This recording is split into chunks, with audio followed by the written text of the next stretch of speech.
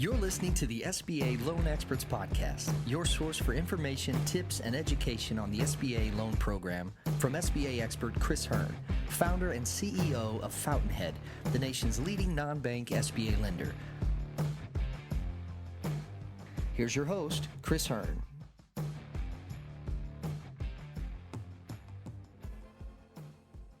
These rising interest rates, the Fed said that they're going to keep doing it, right? They signaled that. And I wanted to ask, what does that mean for small business lending? What should business owners be expecting? Well, what it means is that, all the interest rates are going to increase.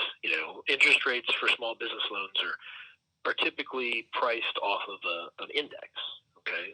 And the most common index for, say, SBA loans, for instance, for 7A loans is the prime rate. And when the Fed increases their rates, that you have a corresponding increase in the prime rate.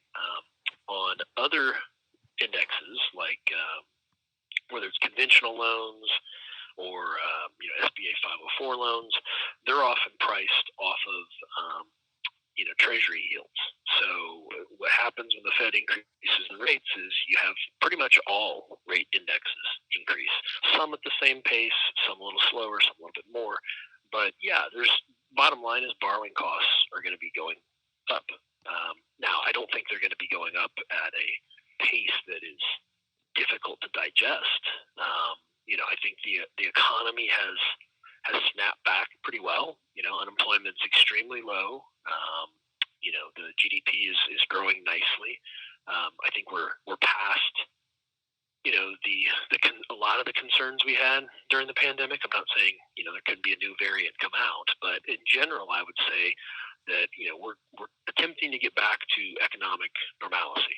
Yeah, we have this thing over in Central Europe, which is a problem right now, but I think we're headed in the right direction. The whole reason the Fed increases interest rates is it's trying to tamper down inflation, which obviously inflation has been a real concern over the last year and a half.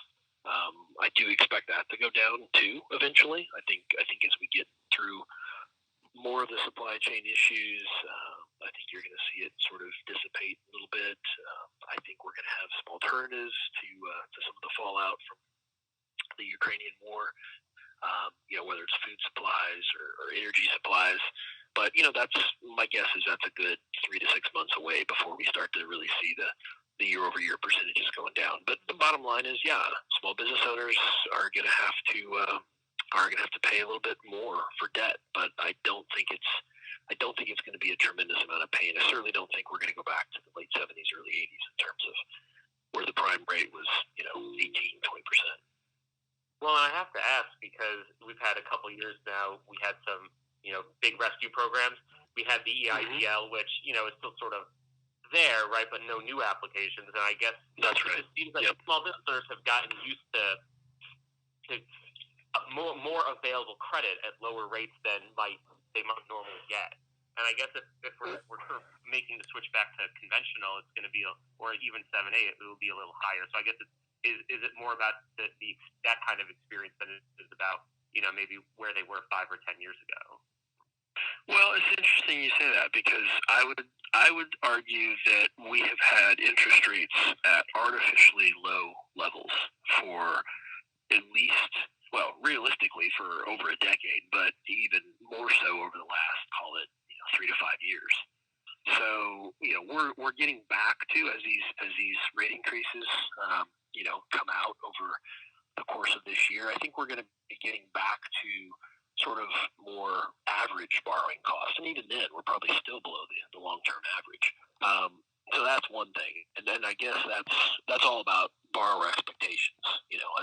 People don't realize how inexpensive debt has been over the last decade or more. So that's one thing. We've got to sort of reset our expectations a little bit. I don't think we're going to be in an environment where it's going to be, really arduous borrowing costs. But it's definitely going to revert back to the norm. In terms of available credit, I mean, the distinction I would make, Andy, is, the SBA programs over the last 2 years, whether it's EIDL or PPP or, restaurant revitalization or some of the other, shuttered venue stuff, a lot of that was grants or grant-like, like in the case of PPP. It was really meant to be a forgivable loan, hence a grant. You did have a lot of available credit to small to mid-sized companies. The problem was that was all through the government. Conventional financing, and I'd even throw normal SBA financing in there, I don't think that was so readily available over the last couple years. I mean, sure, go back to 2019, yes, of course it was. But, if it weren't for what the government did over the last 2 years, you would have seen, a drying up of available credit, much like we had in the 2008 to 2010 era. And we didn't have that. And so, but I will tell you that a lot of folks in the lending community right now are cautious, or at least particularly for commercial loans, business loans, are very cautious coming out of this because, we as bankers, we look backwards. We look backwards at historical performance. We're not venture capitalists or private equity guys who look forwards. Okay, so that's a big distinction. And obviously, looking backwards, it's a little rough. 2020 and 2021, the performance of a typical small business. So that's causing lenders to be much more careful when they underwrite credits. They want to have a better sense of, has the business actually recovered? Did the business change their business model? Did they do some different things to adapt to the COVID environment over the last couple of years?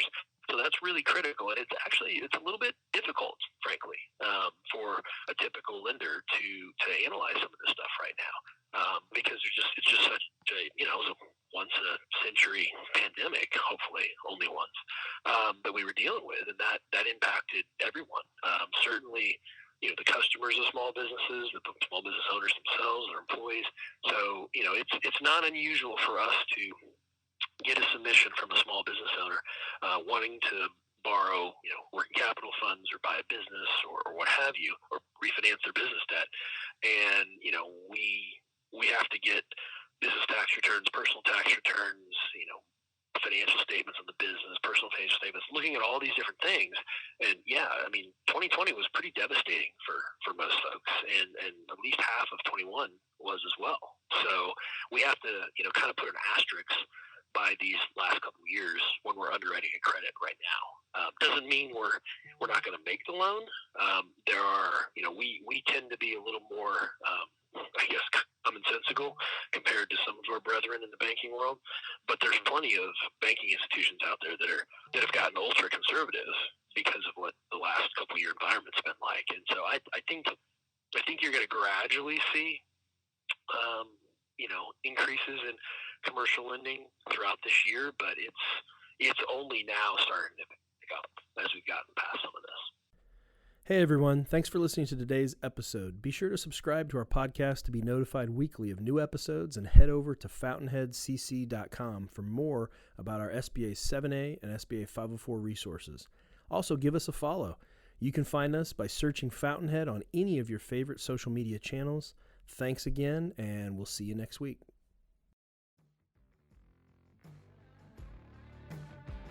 Today's episode is brought to you by Fountainhead, the nation's leading non-bank SBA lender.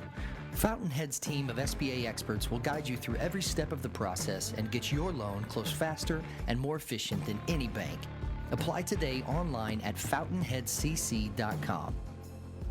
Thanks for listening, and we'll see you next time on the SBA Loan Experts Podcast.